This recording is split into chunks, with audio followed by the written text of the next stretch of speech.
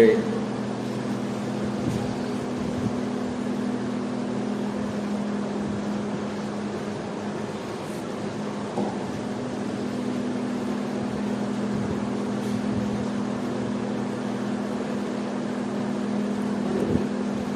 નમસ્તે.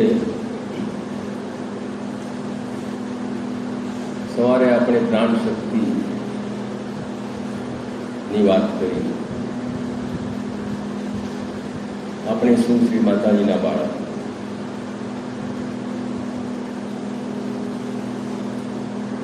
એકાદ મહિના ઉપરાંત મીરાબેન સાથે વાત કરી કે તમે કંઈક સાવિત્રીનો એક કેન્ટોનો અભ્યાસ કર્યો, એના વિશે તમારા અભ્યાસની વાત અહીંયા કરો.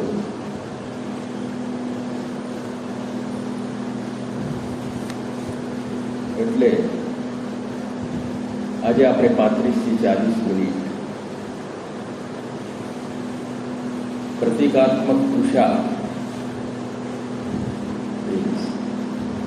સત્યવાનના મૃત્યુનું પ્રભાત એ દિવસે સાવિત્રીની જે મનોવ્યથા, એ દિવસમાં જે ઘટના ઘટે છે,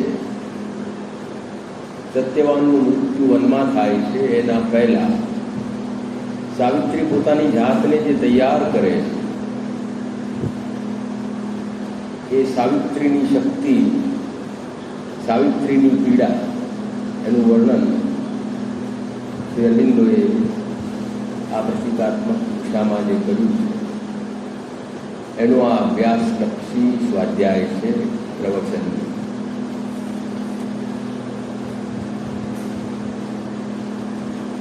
એની પૂર્વ ભૂમિકા સ્વરૂપે શ્રી અરવિંદોના બે જે કાવ્યો છે, લવ એન્ડ ડેથ અને ઉર્વશી. પ્રેમ અને મૃત્યુનું જે કાવ્ય છે એમાં પ્રિયવંદાને સર્પ ડંખ મારે છે અને સર્પ ડંખને લઈને એ પાતાળ લોકમાં જાય છે અને એને પાછી મેળવવા માટે લુરુ તેના પ્રેમને લઈને છેક પાતાળ લોકમાં જાય છે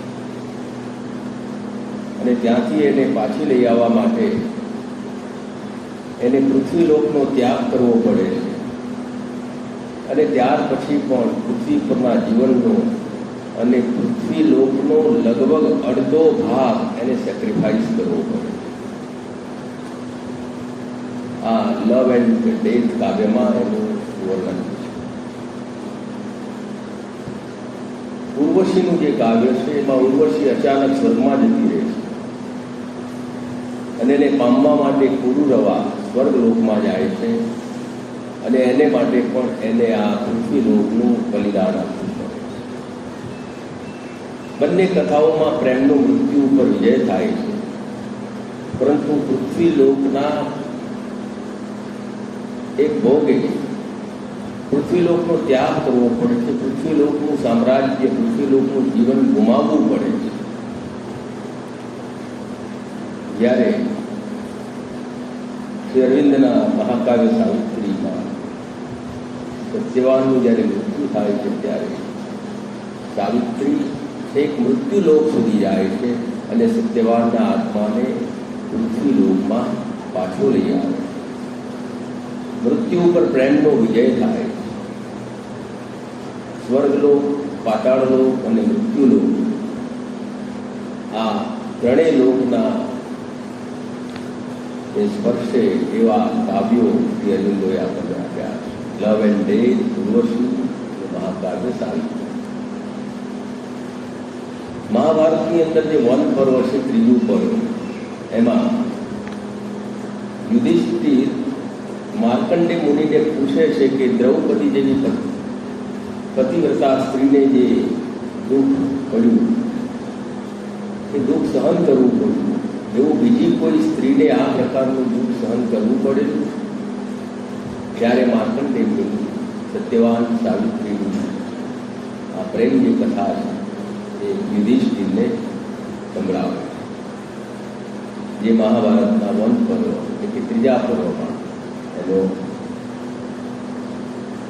વિસ્તાર વર્ણન.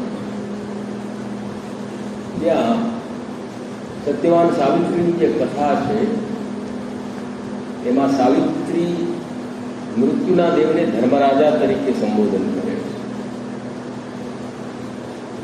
શ્રી અરવિંદે લખેલા મહાકાવ્ય સાવિત્રીમાં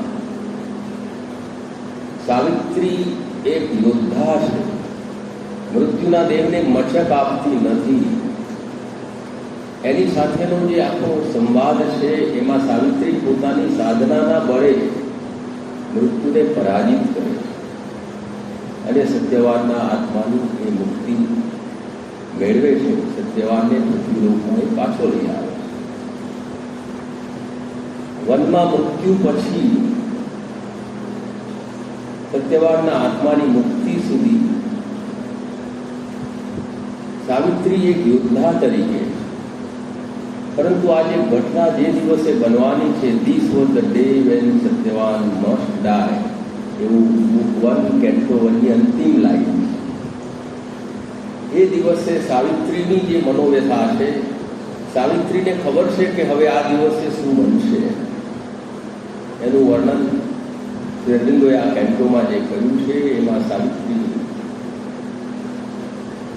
પોતાની સાધનાની એક પાસાનો આપણને પરિચય થાય.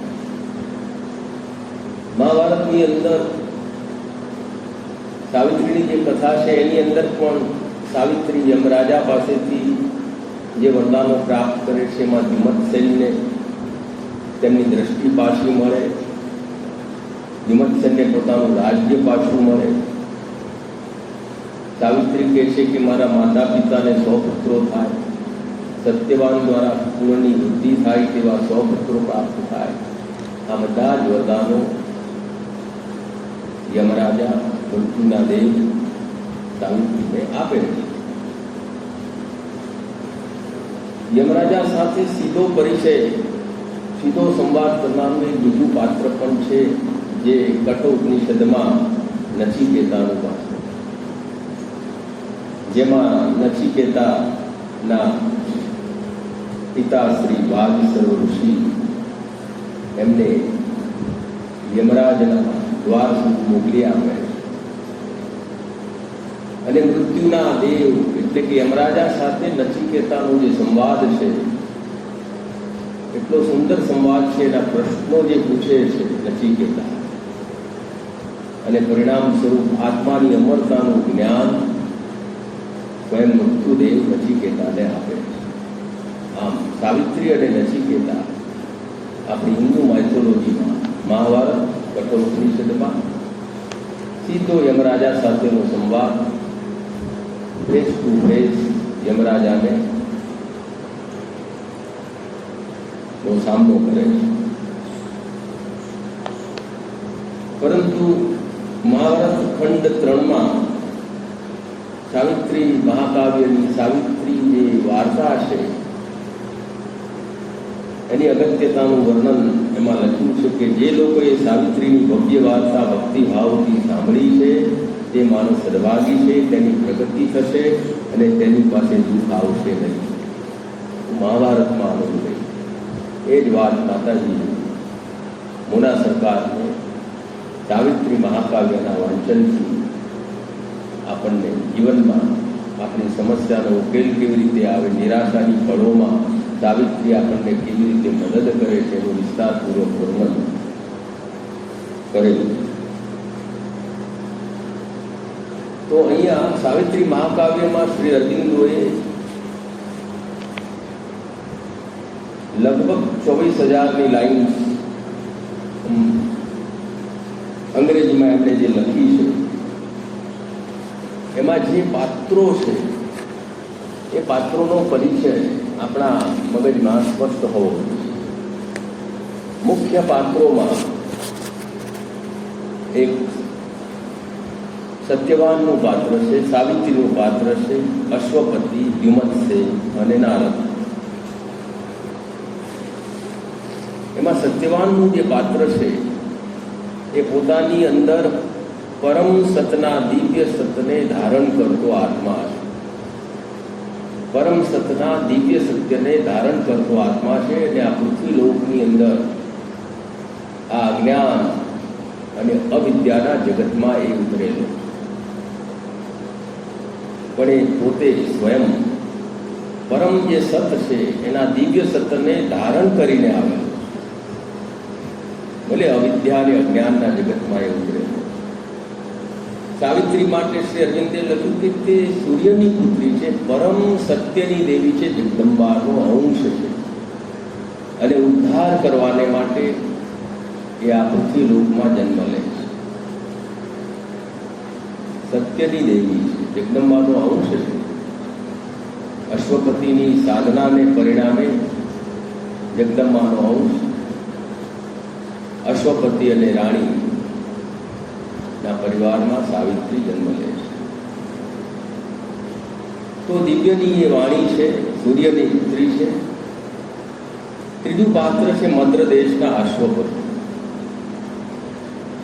અશ્વપતિ એ સાવિત્રીનો માનવ પિતા છે, પરંતુ તપસ્યાનો પતિ છે. એક સાધના કરતું વ્યક્તિત્વ છે, આધ્યાત્મિક સાધનાની એકાગ્ર બનેલી શક્તિનું એ પ્રતીક. બુદ્ધિશાળી છે, સાધના કરતી એક શક્તિના પ્રતીક તરીકે અશ્વપતિ મદ્ર દેશના રાજા, દ્યુમત્સ છે, સાર્વ દેશના રાજા, પ્રકાશપૂર્ણ સેનાનો પતિ, સત્યવાનનો પિતા. તે દિવ્ય માનવ છે, પરંતુ આ પૃથ્વી લોકમાં આવીને અવિદ્યા અને અજ્ઞાનના જગતમાં ઉતરીને એણે પોતાની દિવ્ય દ્રષ્ટિ ગુમાવી દીધેલી, પ્રકાશનું રાજ્ય ગુમાવી દીધેલું. એવા એ ગુમત છે. એટલે ક્યારેક આપણે સત્યવાન છીએ, ક્યારેક આપણે અશ્વપતિ છીએ, તો ક્યારેક આપણે ગુમત છે. આ પાત્રોનો જે પરિચય આપે, નારદ વિશે શ્રી અરવિંદ થોડીક વાત કરે છે. એમનો શું રોલ છે એ પણ અગત્યનો. પણ બીજી અગત્યની વાત શ્રી અરવિંદે કરી છે કે આ બધા પાત્રો માત્ર રૂપક કે પ્રતીક નથી. શું લખે છે કે માત્ર વ્યક્તિઓ રૂપે બનાવેલા ગુણો નથી. કે સત્યવાન કોઈ એક ગુણનું પ્રતિનિધિત્વ કરે છે, દ્યુમત્સેન કોઈ બીજા ગુણનું પ્રતિનિધિત્વ કરે છે, અશ્વપતિ કોઈ ત્રીજા ગુણનું પ્રતિનિધિત્વ કરે છે, એવું નથી. એમ આ બધા જે છે એ સજીવન અને સમાન શક્તિઓના અવતારો અને પ્રાદુર્ભાવો, મેનિફેસ્ટેશન ઓફ પાવર, સમાન શક્તિઓના આવિર્ભાવ અને પ્રાદુર્ભાવ. આ બહુ અગત્યની વસ્તુ છે. એટલું નહીં, આપણે એમની સાથે સંપર્કમાં આવી શકીએ અને તેઓ માનવ શરીર ધારણ કરીને મનુષ્યને મદદ કરે. લેટર્સ ઓન સાવિત્રી માંગવા, આ બધા એ પાત્રો. એટલે સાવિત્રી મહાકાવ્ય છે, મૃત્યુ ઉપર પ્રેમના વિજયનું મહાકાવ્ય, અંધકાર ઉપર પ્રકાશના બળોના વિજયની આ ગાથા છે. લિજેન્ડ એટલે સિમ્બોલ. અને અદ્ભુત વાત છે કે એમાં સાવિત્રીની જે સાધના છે એ book 7 book of yoga, page number 465 to page number 5551, 86 પેજીસમાં સાવિત્રીની સાધનાના પેજ શ્રી અરવિંદોએ લખ્યા છે. અને સાવિત્રીને શા માટે સાધના કરવી પડે છે? This was the day when Satyavan must die. Must. અપહર ઘટના છે, ઘટના અવશ્ય બનશે. સાવિત્રી સૂર્યની પુત્રી છે, સત્યની દેવી છે, જગદંબાનો અંશ છે. એ સત્યવાનના ભાગ્યને અટકાવતી નથી, પણ સત્યવાનના આત્માને પાછું લઈ આવવા માટે એનામાં પૂરતી તાકાત. મસ્ટ ડાય. ઘટના અવશ્ય બનશે અશ્વપતિ અને રાણીએ સાવિત્રીને કહ્યું, તારા આત્માનો સાથી શોધ કરવા માટે તું પરિભ્રમણ કર, શહેરો વન પ્રદેશોમાં તારી યાત્રા કર અને તારા આત્માના સાથીને તું શોધી કાઢ. પોતાના આત્માના સાથીની શોધ કરીને એ સાવિત્રી જ્યારે પાછી આવે છે, અશ્વપતિ, રાણી અને એ અરસામાં નારદ આવી પહોંચે છે. ત્યારે નારદ એનું વર્ણન ધ વર્ડ ઓફ ફેટ, વિધિનો શબ્દ, પર્વ 6 સર્ગ 1 માં થયું. નારદ સાવિત્રીને પૂછે છે કે હર્ષ વડે પૂર્ણતાને પ્રાપ્ત થયેલ એ કન્યા માણસોમાં સૌથી વધારે પ્રભુત્વવાળા કોને તે પસંદ કર્યો? આવો પ્રશ્ન નારદે સાવિત્રીને કર્યો. એટલે સાવિત્રી પ્રત્યુત્તર આપે છે,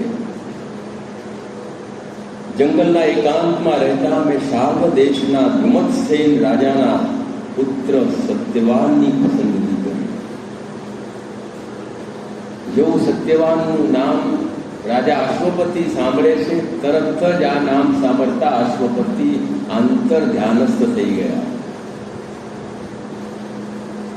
અને શ્રી અરવિંદે લખ્યું, then Ashwapati looked within and saw a heavy shadow float above the name. અશ્વપતિએ Sudarshan કર્યું, આ નામ જે સાંભળ્યું તરત જ કોઈ અશુભ આ નામ સાથે જોડાયેલું છે. એ heavy shadow, heavy float above the name. પરંતુ અશ્વપતિ સાધક છે, સાધના કરતું એકાગ્ર બનેલી શક્તિનું પ્રતીક છે. Not an ordinary king. So he looked into his daughter's eyes and spoke, whether it seemed good or evil to man's eye, only for good the secret will can work. That is our road to immortality and conquer the eternal good at last. આવું અશ્વપતિ બોલ્યા. અશ્વપતિ સમજી ગયા. પૂજાલાલે એનો ગુજરાતીમાં અનુવાદ કર્યો. અશ્વપતિ શાંતે કરી દ્રષ્ટિ નિહાળતા, જો તો સઘન કો છાયા પ્લવતી નામની પરે. તેઓ તેમની પુત્રીની આંખોમાં જોઈને બોલ્યા, માનવી દ્રષ્ટિને લાગે ઈષ્ટ યા તો અનિષ્ટ હે, તથા કલ્યાણ માટે જ છુપી ઈચ્છા કેવું કાર્ય થઈ શકે. મૃત્યુ છે આપણો માર્ગ અમૃતત્વે લઈ જતો, છતાંય જય તો અંતે થાય શાશ્વત શ્રેય.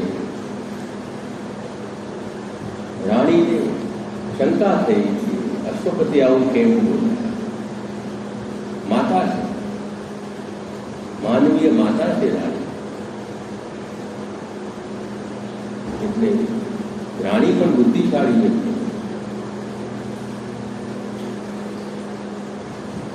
છતાં કલ્યાણ માટે છુપી ઈચ્છા કેવું કાર્ય થઈ શકે. Only for good the secret we can work. આવા શબ્દો સાંભળીને રાણીના મનમાં શંકા ઉત્પન્ન થઈ કે કંઈ બનશે. એટલા માટે રાણી નારદની હાજરીમાં નારદને શું કહે છે કે, and this O Narad is my well loved child. Savitri મારું પ્રિય બાળક. Hide not from us our gloomy hours. To know is best, however hard to bear. એટલી સરસ વાત કરે છે. રાણી પણ હિંમતવાળી. એણે એમ કહ્યું, અને ઓ નારદ, આ મારું અતિ પ્રેમાળ બાળક છે સાવિત્રી. સર્વનાશ અમારો જો હોય તો તે અમથી ન છુપાવતા. જાણવું સર્વથી સારું, સહેવાનું ગમે તેવું મુશ્કેલ હોય એ ભલે. જાણવું એ સારું છે, ભલે પછી એની પાછળ અશુભ હોય. રાણી પણ એક શક્તિશાળી વ્યક્તિત્વ છે. નારદને કહે છે કે જે કંઈ પણ છે બધું અમને કહી દો, એમ કે તમે જો જાણતા હો તો. એ નારદને અટકાવતી નથી. સામાન્યતઃ આપણે શું કરીએ, આવું કંઈક પણ આપણા ધ્યાનમાં આવે તો આપણે એનાથી દૂર જતા રહીએ. નહીં, સહેવાનું ગમે તેવું મુશ્કેલ હોય એ ભલે જાણવું સર્વથી સારું. ત્યારે નારદે સત્યવાન વિશે સત્યવાનના ગુણગાન ગાયા. અરવિંદે delightfully the soul of Satyavan. A marvel of the meeting earth and heavens. His figure in the front of nature's march. Delightfully the soul of Satyavan. એટલું અદભુત વર્ણન નારદ સત્યવાનને માટે કરે છે, કારણ કે એ પરમ સત્યને ધારણ કરતો, પરમ સતના દિવ્ય સત્યને ધારણ કરતો આત્મા, ભલે અજ્ઞાન અને અવિદ્યામાં આવેલો છે,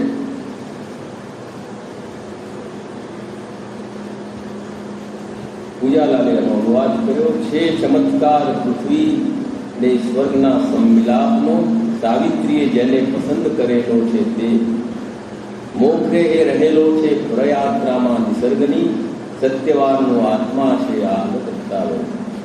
આવું સુંદર વર્ણન નારદ રાણીને, સાવિત્રીને અશ્વપતિ સમક્ષ કરે છે. અને સાવિત્રી મુંજન જે છે એ બી પુરાણી, એમાં આપણા શ્રી અંબુભાઈ લખે છે કે સત્યવાન કોઈ અજબ પુરુષ, દેયષ્ટિ પ્રકૃતિની ગતિમાં સૌથી મોખરે છે. કાળમાં જેટલા સર્જનો થયા છે તે બધામાં સત્યવાન સૌથી ચડિયાતો છે. સુવર્ણમય સ્વર્ગના જીવંત ગ્રંથિ જેવો ભવ્યતાનો તારો છે. આનંદના ખીલેલા ગુલાબ જેવો એના બંધારણમાં પુરુષ અને પ્રકૃતિ સંપૂર્ણપણે સમતુલામાં છે. જીવનના પાષાણોમાંથી કોરી કાઢેલી દેવ મુક્તિ એ સત્યવાન છે. આવું સુંદર વર્ણન અંબુભાઈએ પણ કર્યું છે આ લાઈનોના સંદર્ભે. પરંતુ ત્યાર પછી નારદ શું બોલ્યા? આટલું સુંદર વર્ણન કર્યા પછી ડિલાઇટફુલી ધ સોલ ઓફ સત્યવાન, ધીમેથી બોલ્યા, 12 sweet winged months are given to him and her. This day returning Satyavan must die. આ દિવસ જ્યારે પાછો આવશે ત્યારે સત્યવાનનું મૃત્યુ અવશ્ય થશે. 12 sweet winged months are given to him and her. માત્ર 12 મહિનાનો સમયગાળો આપવામાં આવશે. બસ નારદનું કામ પૂરું થઈ ગયું. જે સત્ય હતું આની પાછળનું એ એમણે રાણીને, અશ્વપતિને, સાવિત્રીને જણાવી. પછી તો માનવીય માતા છે રાણી, સાવિત્રીને કહે છે કે તું બીજો સાથી તારા આત્માનો પસંદ કરી શકે છે. તું ફરી પરિભ્રમણ કર, શહેરો, વન, પર્વતો, જ્યાં પણ જવું હોય ત્યાં તું બીજા કોઈની પસંદગી કર. ત્યારે સાવિત્રી શું બોલી? Once my heart choose and choose it not again. જગદંબાનો અંશ,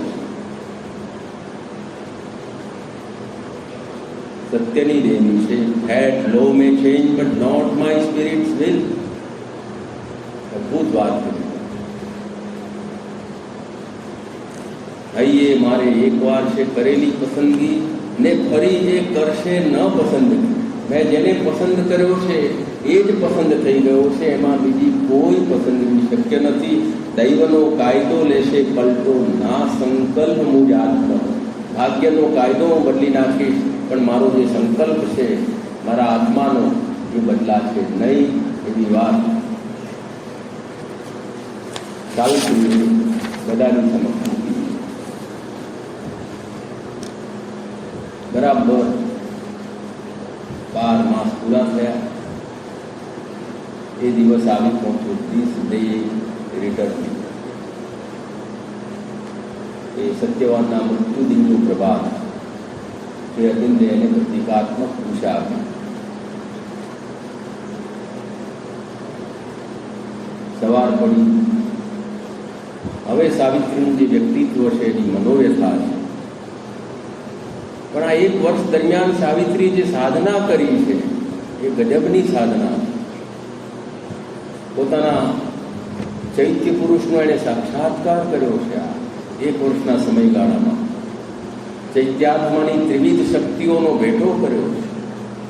કારણ કે એને ખબર છે કે બરાબર 12 માસ પછી મારે જેનો સામનો કરવાનો છે કોણ છે,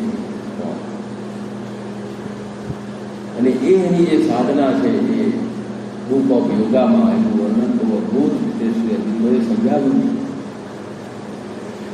અશ્વપતિનો યોગ, એ સાવિત્રીનો યોગ, એ સાવિત્રીમાં સાધનાની ચરમસીમા એ શ્રી અરવિંદ ત્યાં રજૂ કરે છે. હતો દિવસ આ નિશ્ચય સત્યવાનના મૃત્યુનો. This was the day when Satyavan must die, page number 13. એ દિવસ આવી ગયો. And Savitri too awoke among these tribes. No part she took in the small happiness, a mighty stranger in the human race. Shri અરવિંદે શું લખ્યું? No part she took in the small happiness. Savitri પણ જાગી એ જાતિઓના સમૂહમાં. જંગલની અંદર જે વનજાતિ છે એ મનુષ્યોના સમૂહમાં સાવિત્રી પણ જાગી, પણ એણે કોઈ નાની નાની જે ક્ષુદ્ર મોહ ઉત્પન્ન કરે એવી કોઈ બાબતોમાં એણે રસ લીધો નહીં. અને માનુષિક ક્ષેત્રમાં એ હતી એક વિદેશીય મહાબલી. The Arvindoએ લખ્યું mighty stranger in the human field. માનવોના ક્ષણિક અને ક્ષુદ્ર સુખના પ્રકારોમાં એની પ્રકૃતિ ભાગ લેતી ન હતી. માનવ જીવનના પારસી પ્રદેશમાં કોઈ ઉર્વ વિશાળ લોકમાંથી સમર્થ વિદેશી અતિથિ આવી પહોંચ્યો હોય એવી એ સાવિત્રી હતી. વિદેશી અતિથિ અને એના અંતરમાં જે દિવ્ય અતિથિ હતો સાવિત્રીના, એ આ બધી પારસી વસ્તુઓને કોઈ પ્રત્યુત્તર આપતો ન. આપણે સવાર પડે ત્યારે નાની નાની ચિત્ર આપણી સુખ સગવડોમાં આપણે અટવાઈ જતા હોઈએ. સાવિત્રી આવી કોઈ નાની ક્ષુદ્ર મોજ મજામાં ભાગ લીધો નહીં. શ્રી અરવિંદોએ આગળ લખ્યું, a portion of its sorrow, struggle and thought, to live with grief, to confront the death on her road, the mortal lot became the immortal share. તો સરસ લાઈન છે. સાવિત્રી પોતે આ જગતનો ઉદ્ધાર કરવાને માટે આવી હતી. એ આ ધરાનો જીવ ન હતી, જગદંબાનો અંશ હતી. અને એની પ્રકૃતિ એટલી બધી જુદા પ્રકારની હતી સાવિત્રી કે પૃથ્વીને પોતાના અજ્ઞાન વક્ષસ્થળ ઉપર એની મહત્તાનો ભાર લાગતો. પૃથ્વીનું જે અજ્ઞાન વક્ષસ્થળ છે એના ઉપર પૃથ્વીને પોતાને ભાર લાગતો હતો. કારણ કે સાવિત્રીની પ્રકૃતિ એ જુદા જ પ્રકારની. અને પરિણામ સ્વરૂપ શું થતું હતું? જગતના શોક, વેઠ અને પતનરૂપી ઘોર બદલો ઊંડા રસાતળોમાંથી ઉભરાઈને ઉપર આવતો હતો. અને એ ઉભરાઈને સાવિત્રીની પાસે જતો. A portion of its sorrow, struggle and thought, to live with grief, to confront the death on a road. શોકની સાથે રહેવું અને સામે કરવી ભેટ મૃત્યુ. સાવિત્રીના ભાગે શોક આવ્યો હતો અવશ્ય, કારણ કે માનવ દેહ ધારણ કરીને આવ્યો. પરંતુ એની પ્રકૃતિ એટલી જુદા પ્રકારની હતી કે પૃથ્વીને પોતાના અજ્ઞાન વક્ષસ્થળ ઉપર સાવિત્રીની મહત્તાનો ભાર લાગતો. અને પરિણામ સ્વરૂપ પૃથ્વીના ઊંડા રસાતળોમાંથી જગતના શોક, ભેટ અને પતનરૂપી ઘોર બદલો ઉભરાઈને બહાર આવતા હતા. અને ઉભરાઈને ક્યાં જતા હતા? સાવિત્રીની પાસે જતા. આવું વ્યક્તિત્વ શ્રી અરવિંદોએ એમના મહાકાવ્યમાં. આગળ શ્રી અરવિંદ લખે છે કે સાવિત્રીએ પોતાનું જે નીચ દુઃખ હતું એ પોતાના દીર્ણ હૈયાના ઊંડાણોમાં સંગ્રહી રાખ્યું હતું. એ પોતાના ભય અને દુઃખને બીજા કોઈની સમક્ષે પ્રગટ કરતી ન હતી. Too great to impart the peril and the pain, in her torn days she kept the grief to come. પોતાના ભય અને દુઃખ બીજાને ન આપવા ઈચ્છનાર જે મહાત્મા હતું એ બીજા કોઈને પોતાના ભય અને દુઃખની વાત કરતી નહોતી. પોતાના દુઃખને નીજ હૈયાના ઊંડાણોમાં એણે સંગ્રહી રાખ્યું હતું. એટલું નહીં, એના ઓઠ થકી એક એક ચીજ બહાર નીકળી ગઈ કે આજે શું થવાનું. બહુ સરસ વર્ણન લખ્યું છે. પરંતુ મુખ મુદ્રા હતી એની શાન અને એણે રાખી અવાક હિંમતે, છતાં બાહ્ય સ્વભાવે જ પોતાના એ સહતી અને મતતી હતી. પોતાનો જે એક્સટર્નલ નેચર હતો એ જ સહન કરતો હતો અને મતતો હતો. એની માનુષતા પણ સુદ્ધા અર્ધ દિવ્ય ગુણી હતી. અંગ્રેજીમાં શ્રી અરવિંદે લખ્યું, even this moment of soul despair, પોતાના આત્માની જે નિરાશાની જે ક્ષણો હતી એમાં in it green rendezvous with death and fear, મૃત્યુનો ભય ઉપસ્થિત થયો હતો. But no cry brought from her lips, no call for help. એણે કોઈની સહાયની માગણી કરી નહીં. એના મુખમાંથી કોઈ ચીજ બહાર નીકળી નહીં. Calm was the face and courage kept her mute, yet only her outward self suffered and strove. Only outward self suffered and strove, even her humanity was half divine. એની માનવતા પણ અર્ધ દિવ્ય ગુણી. એણે પોતાના ભય અને દુઃખની પીડા કોઈને કહી નહીં. પોતાના મુખમાંથી કોઈ ચીજ બહાર નીકળી નહીં. સમય ધીરે ધીરે પસાર થવા લાગ્યો. અરવિંદ લખે છે, એવી ક્ષણોમાં તે નિરાળીએ તોય પોતામાં વહેતી વિશ્વલોકને, પોતાનામાં વહેતી વિશ્વલોકને એવી નિરાળી હતી. એની ને વિશ્વની મોટી બીક એક બની હતી. અદભુત વર્ણન. એની પોતાની જે પિયર છે અને વિશ્વનો જે પિયર છે બંને એક બની ગયા. એ માત્ર એના પોતાના પિયરને લઈને આગળ વધતી હતી એવું નથી. સમગ્ર જગતના પિયરને પોતાનામાં ધારણ કરીને એ ઊભી હતી. શ્રી અરવિંદે લખ્યો કે એવી સ્થિતિમાં એના બળતણો પાયો વિશ્વની શક્તિઓ હતી, કારણ કે એણે સાધના કરી. જગદંબા તણો પ્રેમ એનો. આપણું વ્યક્તિગત પિયર એ સીમિત હોય, પણ આપણો પિયર જ્યારે જગતના પિયર સાથે તાદામ્ય પામે ત્યારે એક મોટી પરિસ્થિતિનો સામનો કરવો પડે. અંગ્રેજીમાં શ્રી અરવિંદે લખ્યું, alone she carried in herself the world. Her dread was one with the great cosmic dread. એનો પોતાનો જે ભય હતો એ જગતના ભય સાથે એકાકાર થઈ ગયો હતો. Her strength was founded on the cosmic mind. એના બળતણો પાયો હતો વિશ્વની શક્તિ. The universal mother's love was hers. Jagdamba તણો પ્રેમ એ એનો પ્રેમ.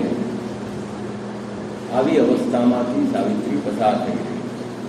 એની પોતાનો જે ભય છે એ જગતના ભયને સાથે તાદામ્યતા અનુભવતો હતો. એનું કારણ છે કે એની જે પોતાની અંગત આપત્તિને સમગ્ર જીવનમાં વ્યાપી રહેલા દુઃખનું એ માત્ર ચિહ્ન છે એવું સાવિત્રી અનુભવવું પડે.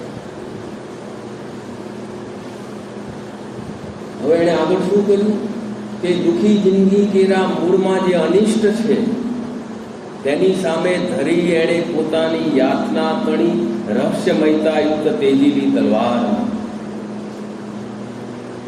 સાવિત્રીની સાધના અને પરિણામ સ્વરૂપ આપણા દુઃખી જિંદગી કેરા મૂળમાં જે અનિષ્ટ આવેલું છે એ અનિષ્ટની સામે એણે પોતાની યાતના તણી રહસ્યમયતાયુક્ત તેજીલી તલવારને એણે ધરી દીધી. હવે એનું કામ છે એક મોટી પરિસ્થિતિનો સામનો કરવાનો.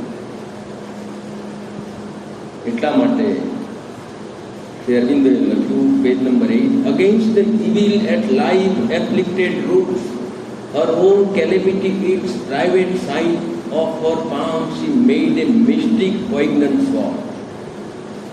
સાવિત્રી પોતાની અંગત આપત્તિને સમગ્ર જીવનમાં વ્યાપી રહેલા દુઃખનું જ માત્ર એક ચિહ્ન છે એવું ગણે છે, એવું અનુભવે છે, અને પોતાની અંગત પીડામાંથી એ તીક્ષ્ણ માર્મિક મંત્રપૂત તલવાર બનાવી દુઃખી જિંદગી કેરા મૂળમાં રહેલા અનિષ્ટની સામે જૂજવાય તૈયાર થઈ.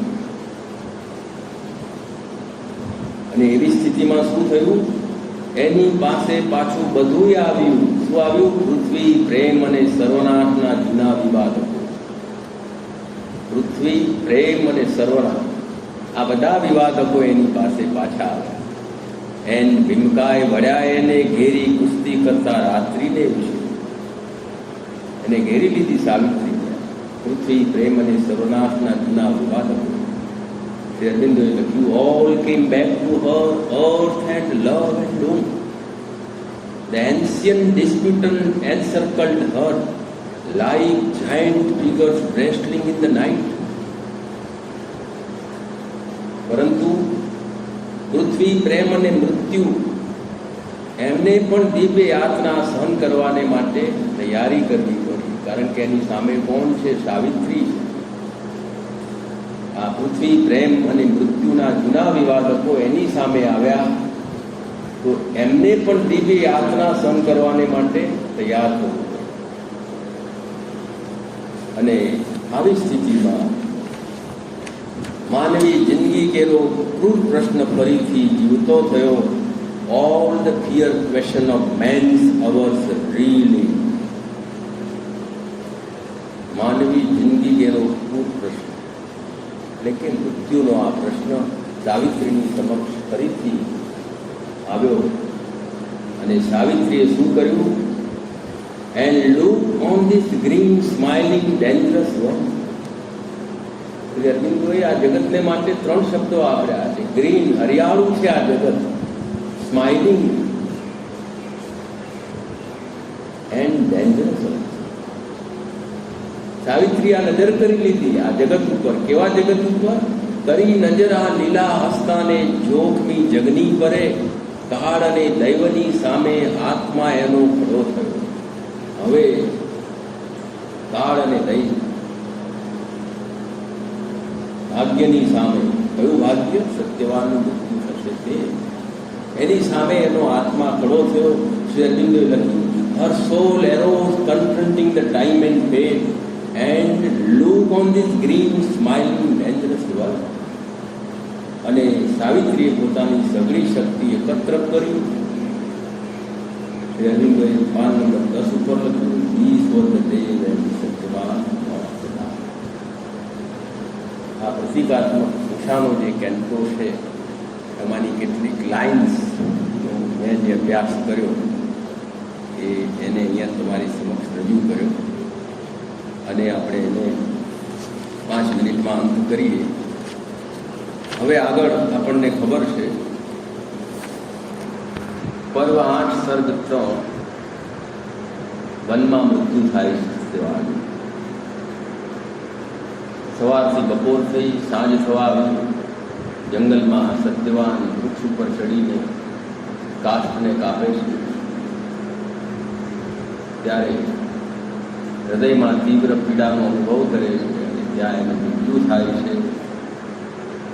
She knew that visible death was standing there. અરવિંદોએ લખ્યું, and Satyavan had passed from her embrace. સાવિત્રીને લાગ્યું કે કોઈ ત્રીજું ઉપસ્થિત થયું છે મારી સમક્ષ. She knew that visible death was standing there. સાવિત્રીને થયું જ્ઞાન કે સાક્ષાત ત્યાં યમ ઊભો રહ્યો હતો અને પોતાની વાતમાંથી સત્યવાન સર્યો. ત્યાંથી પછી સાવિત્રીની જે આખી સાધના છે, યોદ્ધાનું જે વ્યક્તિત્વ છે, મૃત્યુના દેવને ચેલેન્જ આપે છે અને મચક નથી આપતી, એનું અદ્ભુત વર્ણન શ્રી અરવિંદોએ કર્યું છે. અનેક દિશામાંથી સાવિત્રી એની સાથે જે ડાયલોગ કરે છે. અને એક તબક્કો એવો આવે છે કે the dire universal shadow disappeared and vanishing into the void from which it came. માનવી જીવને ભોગ પોતાનો કરવા તણી અને અમર આત્માને બળાત્કારે મત બનાવવા તણી આશા એણે પરિત્યજી. કોણે? મૃત્યુના દેવે. અને ક્યાં ગયા? વિશ્વવ્યાપી એ છાયા લીન થઈ ગઈ જ્યાંથી આવી હતી પોતે શૂન્યમાં તે વિલોપિતા ને સત્યવાન સાવિત્રી એકલા બે રહ્યા હતા. આ મૃત્યુના દેવ જ્યાંથી આવ્યા હતા અચિતના શૂન્યમાંથી, એ ત્યાં જઈને ડિસેપિયર થઈ.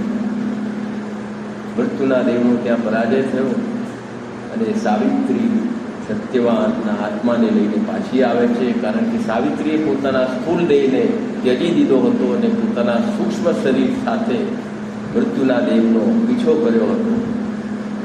આ જે બે લાઈન છે, she knew that visible death was standing there and Satyavan had passed from her embrace, page number 565 to the page number 668, vanishing into the void from which it came.